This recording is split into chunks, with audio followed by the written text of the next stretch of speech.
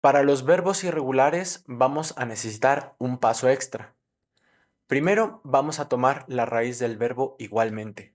Por ejemplo, el verbo fahren, que significa andar en un vehículo o conducir, su raíz va a ser fa. El siguiente paso es ponerle también el prefijo ge, como en los verbos regulares, pero la diferencia es que a los verbos irregulares les vamos a poner el sufijo en, a diferencia de los irregulares que le poníamos una t. Y un tercer paso sería modificar la raíz de la vocal. Sin embargo, los verbos irregulares que tienen a en su raíz no van a hacer ninguna clase de alternancia.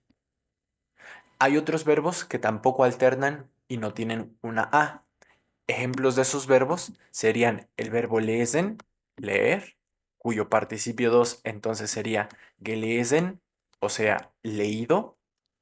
Otro verbo es el verbo geben, que significa dar, y su participio 2 es gegeben, haber dado. Nos conviene aprendernos tres casos. El primer caso es cuando tenemos una I, sea larga o sea corta, es decir, sea escrita IE o nada más sea escrita como I. O también este mismo primer caso es cuando tenemos una E, ya sea larga, es decir, escrita EH, o ya sea corta, es decir, nada más una E. Y en estos casos, el participio 2 del verbo va a hacer que esta vocal I corta o larga o E corta o larga cambie por una O, que también puede ser corta o larga. Recomiendo ver el video de las vocales largas y cortas para repasar este tema. Ejemplos de estos verbos puede ser fliegen, que significa volar. Aquí tenemos una I larga.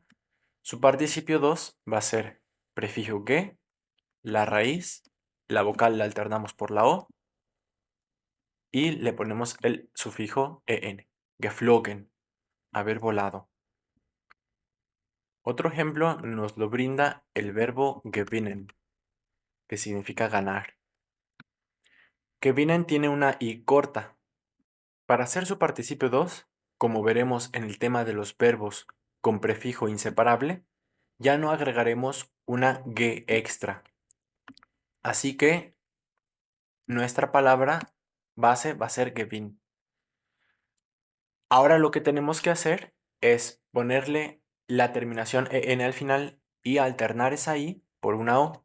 Es decir, nos va a quedar gewonnen, que sería el participio 2 de ganar, o sea, ganado.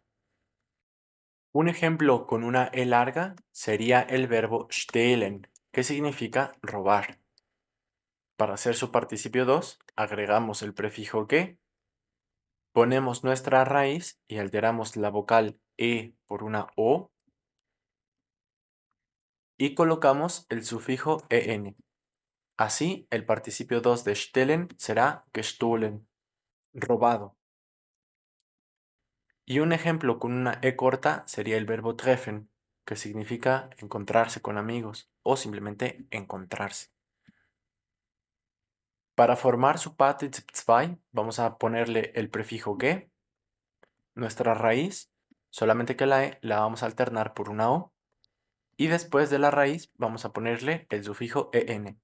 Entonces el Partizip 2 de treffen es getroffen, es decir, haber encontrado. En esta misma categoría también vamos a encontrar verbos que tienen i en su raíz, pero después de esta i sigue una n. Después de esta n habrá además una consonante y ya al final terminaremos con el sufijo en de verbo en infinitivo. Si este es el caso, en lugar de alternar la i por una o, la vamos a alternar por una u y todo lo demás quedará igual. Vamos a tener una n después, la consonante que hayamos tenido y la en, pero en este caso del sufijo de Partizip 2. Un ejemplo de este verbo sería el verbo singen. Tiene una i, una n, después una consonante, que en este caso es la g, y en del infinitivo. Para hacer su participio 2, vamos a ponerle el prefijo ge, vamos a poner la raíz alternando la i por una u y al final vamos a ponerle el sufijo en de Partizip 2 y nos va a dar gesungen, es decir, cantado. Otro ejemplo con esta estructura nos la da el verbo binden, que significa unir, atar.